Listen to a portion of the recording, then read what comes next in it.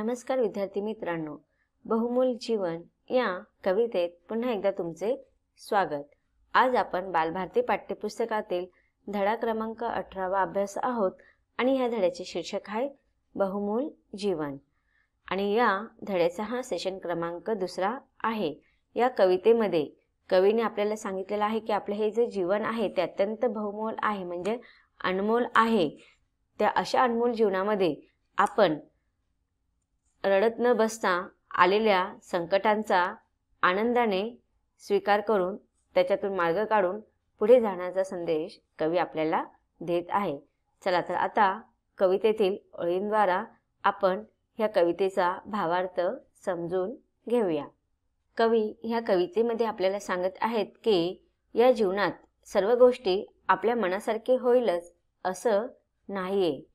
ज्याप्रमाणे फुलं झाडांवरून गळून पडतात तरी पण झाड काही जीर्ण होत नाही, ते आपल्या एका जागावरती निश्चल असतं। पुढे कवी म्हणतात की जे जे वाटेला येईल ते जे आपल्या पदरात पडेल ते सर्वांना भोगायचे आहे, अर्थातच काय करायचे, सहन करत राहायचे आहे आणि पुढे जायचे। ज्याप्रमाणे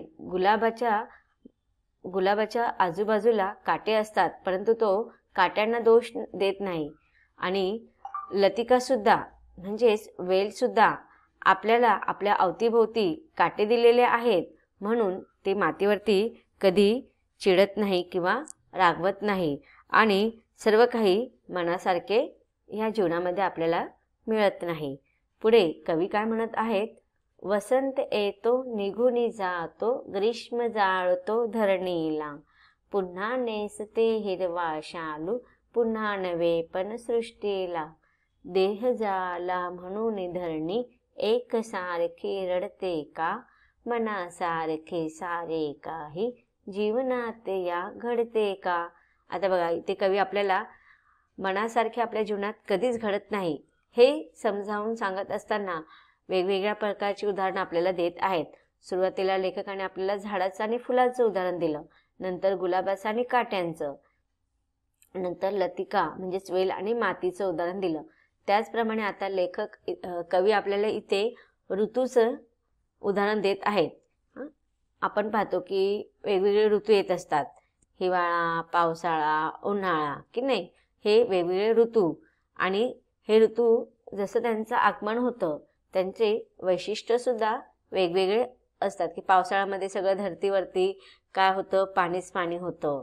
हिवाळ्यामध्ये सगळ्या धरतीवरती छानपैकी हिरवळ पसरलेली असते, थंडी जास्त वाजते, की नाही, आणि उन्हाळ्यामध्ये काय होते, खूप ऊन पडतं। मग प्रत्येक ऋतूचं आपलं एक वेगळं आगळं विशेषता असते, वैशिष्ट्य असतं।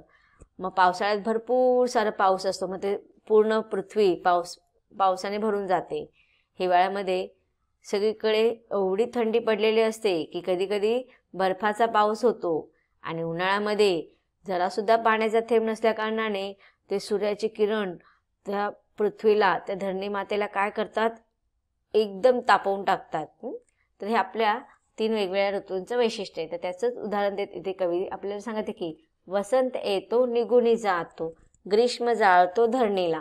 धरणी म्हणजेच काय, ही पृथ्वी, धरणीला आपण काय म्हणतो, पृथ्वी। म्हणजे ज्याप्रमाणे वसंत ऋतू येतो तो आणि पुन्हा निघून जातो, आणि मग ग्रीष्म ऋतू काय करतो ह्या पूर्ण धरतीला जाळतो। आता ग्रीष्म ऋतू कधी असतो, तो मे महिन्यामध्ये, आणि मे महिन्यानंतर पुन्हा मग वसंत ऋतू येतो। म्हणजे असा हा ऋतूंचा खेळ चालूच असतो, एका मागोमाग एक ऋतू चालूच असतो। आता वसंत ऋतू येतो आणि त्याच्यामध्ये काय होतं की सगळ्या झाडांची पानं गळून जातात, आणि नंतर मग काय येतो, उन्हाळा येतो, आणि हा उन्हाळा काय करतो, पूर्ण धरतीला जाळतो। आता तुम्ही पाहिलं असेल, उन्हाळ्याच्या ऋतूमध्ये जेव्हा तुम्ही घराच्या बाहेर पडता तर तुम्ही 1 तासासाठी, अर्ध्या तासासाठी जर घराच्या बाहेर पडलात तर तुम्ही त्या उन्हापासून वाचण्यासाठी कितीतरी काय गोष्टी करत असतात, की नाही, गॉगल लावता किंवा मग, तर अशा ऋतूने वेगवेगळ्या ऋतूंचे वेगवेगळे विशेषता असतात।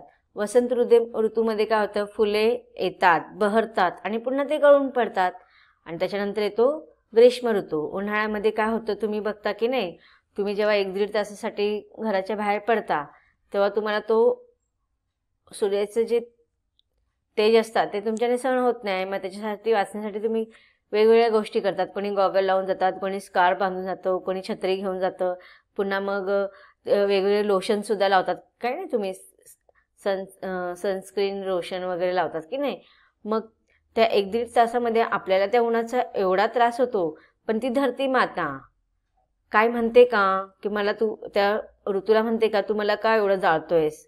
त्या धरतीला जास्त त्रास होत असतो. कारण की बघितलं असेल तुम्ही ती जमीन किती तापते.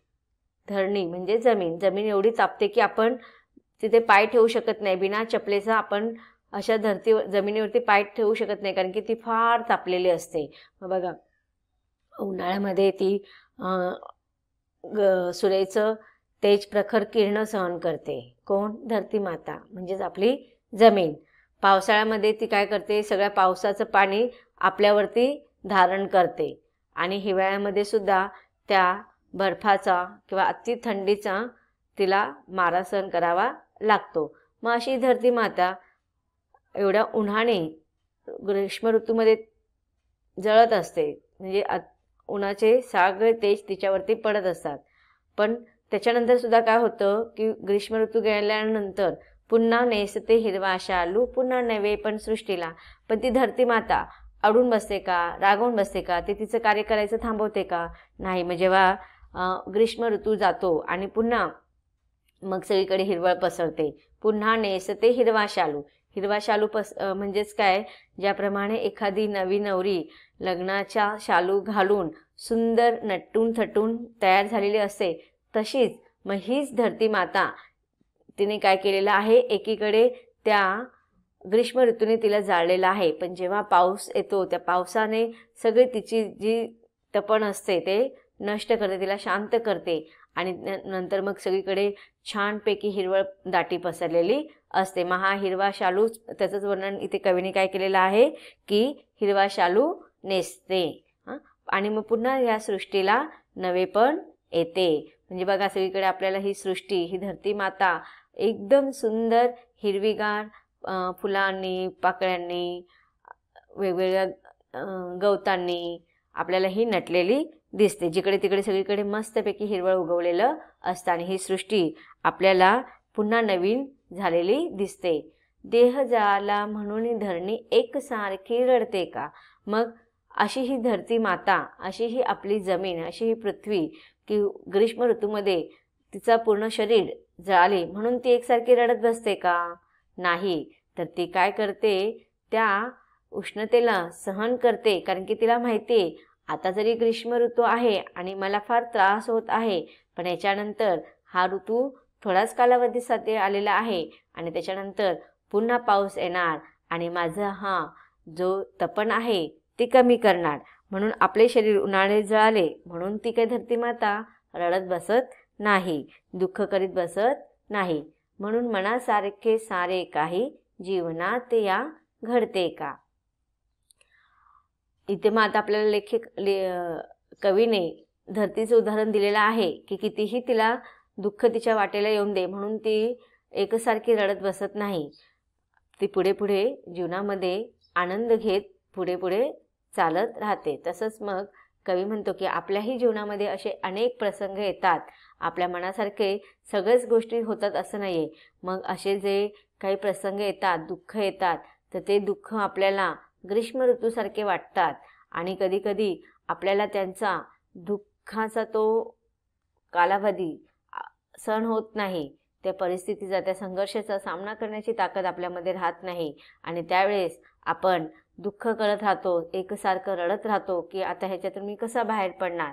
पण कवी म्हणतात की जीवनामध्ये आपल्याला हे जे काही सारे भोग आहेत ते सोसून आपल्याला पुढे जायचं आहे.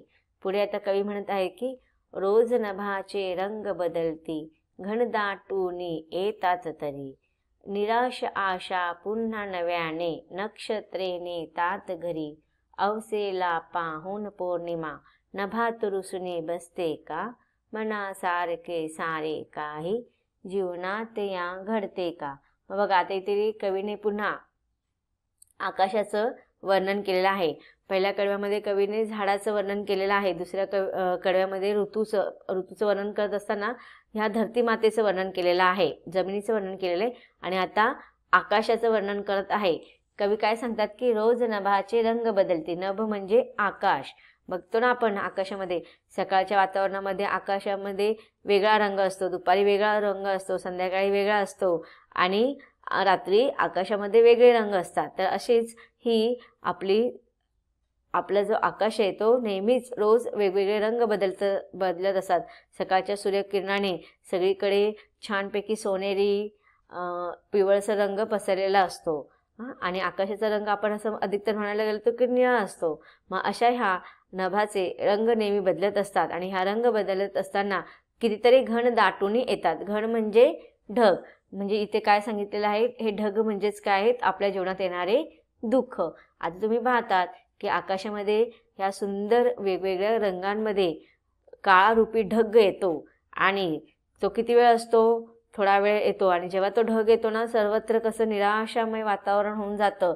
सगळ्यांना भीती वाटतं. कधी कधी हे काळे ढग एवढे भरून येतात की सगळे वातावरण बदलल्यामुळे घाबरतात. पण ते ढग काय होतात, वाऱ्याच्या जोराने ते ढग इतरत्र पसरले जातात. मग असे हे घन जे काही ढग दाटून येतात, म्हणजेच इथे कवी काय सांगतात की निराश आशा पुन्हा नव्याने नक्षत्रे नेतात घरी.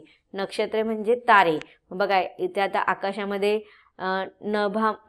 नभामध्ये काळेकुट्ट घन म्हणजेच ढग येतात आणि तसेच त्या ढगांमध्ये लपलेले नक्षत्र तारे चमकतात. आणि जेव्हा हे तारे आपल्याला चमकतात तेव्हा आपण म्हणतो की तारे कधी आपल्याला दिसतात, कधी चमकतात, जेव्हा ह्या ढग किंवा हे जे काही घन आहेत ते इतरत्र पसरले जातात आणि मग निरभ्र आकाश होतं. आणि ह्या निरभ्र आकाशामध्ये मग आपल्याला नक्षत्रे म्हणजे तारे दिसायला लागतात. म्हणजेच काय, निराश आशा पुन्हा नव्याने नक्षत्रे नेतात घरी. की ही जे निराश रूपी जे काही घन ढग आले होते त्या निराश रूपी घनेतून मग आशारूपी किरण नक्षत्र आपल्याला चमकताना दिसतात. मग इथे आपल्याला कवी हे सांगत आहेत की रोज कितीतरी आकाशामध्ये वेगवेगळे रंग बदलत असतात, तरीही काळे ढग दाटून येतच असतात. मग निराशामध्ये बुडालेले तारे पुन्हा काय करतात, नव्याने सुंदरपणे लखलखत असतात, चमकत असतात. म्हणजेच निराशाचे रूपांतर काही दिवसांमध्ये काय होतं, आशामध्ये बदल होतो, परिवर्तन त्याचा होतो. मग आता पुढे अजून कवी काय सांगते की अवसेला पाहून पौर्णिमा नभात रुसुनी बसते का. अवसेला, अवस्या म्हणजे काय, अवस म्हणजे काय तर अमावस्या आणि पौर्णिमा. आता अमावस्या आणि पौर्णिमा याच्यामध्ये फरक तुम्हाला माहिती आहे की पौर्णिमेला काय होतं की पूर्ण चंद्र गोलाकार झालेला असतो. तुम्हाला माहिती आहे की चंद्र आपला आकार बदलत असतो, कलेकलेने तो कमी होतो, कलेकलेने तो वाढत असतो. आणि हा आकार कमी होण्याचा आणि वाढण्याचा जो कालावधी आहे तो 15-15 दिवसाचा असतो की नाही. मग ह्या 15 दिवसामध्ये मग बघा जेव्हा अमावस्या असते तर अमावस्येला पूर्ण तो चंद्र आपल्याला दिसत नाही. पूर्ण काळाकुट्ट आकाश आपल्याला दिसतं, रात्रीच्या वेळेस पूर्ण काळोख पसरलेला असतो आणि तेव्हा आपण म्हणतो अमावस्या सगळी आलेली आहे. मग अमावस्या जशी जशी जाते तसं मग ते चंद्र जो असतो तो कलेकलेने वाढत जातो आणि कलेकलेने एवढा वाढतो की तो पुन्हा आपला गोलाकार धारण करतो आणि मग तेव्हा पौर्णिमा असते. मग आता इथे बघा अवस म्हणजे अमावस्या म्हणजे काय, आपल्या जीवनात येणारे दुःख, आणि पौर्णिमा म्हणजे काय, आपल्या जीवनात येणारे सुख. मग बघा जेव्हा नभात म्हणजे आकाशामध्ये जेव्हा अमावस्या येते तेव्हा मग पौर्णिमा रुसून बसते का. चला आता अमावस्या आलेली आहे, आता मी काही जाणार नाही, मी काही आता पूर्ण रूप धारण करणार नाही, मला काय आता ह्या महिन्यामध्ये पौर्णिमा आणायची नाहीये, असं कधी ती म्हणते का. नभामध्ये कधी पौर्णिमा रुसून बसते का, नाही ना. मग तसंच आपल्या जीवनामध्ये सुख आणि दुःख येतच राहतात.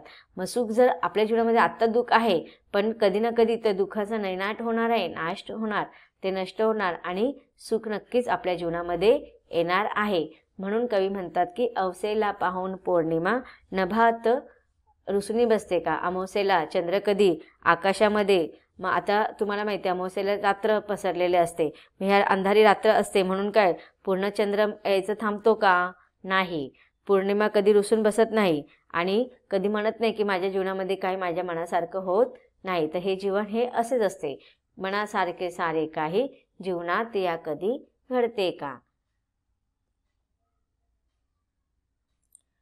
कवी या कवितेच्या माध्यमातून आपल्याला काय सांगत आहेत, तर सांगत आहेत की जीवनात कधीच आपल्या मनासारखे होत नाही, म्हणून आपण रडत बसायचं नाही, तर आपण काय करायचं आहे, जे जीवनामध्ये आपल्याला मिळत नाही ते मिळवण्याचा प्रयत्न करायचा आहे आणि पुढे पुढे जात राहायचं आहे. आपले जीवन हे कसे आहे, बहुमूल्य आहे.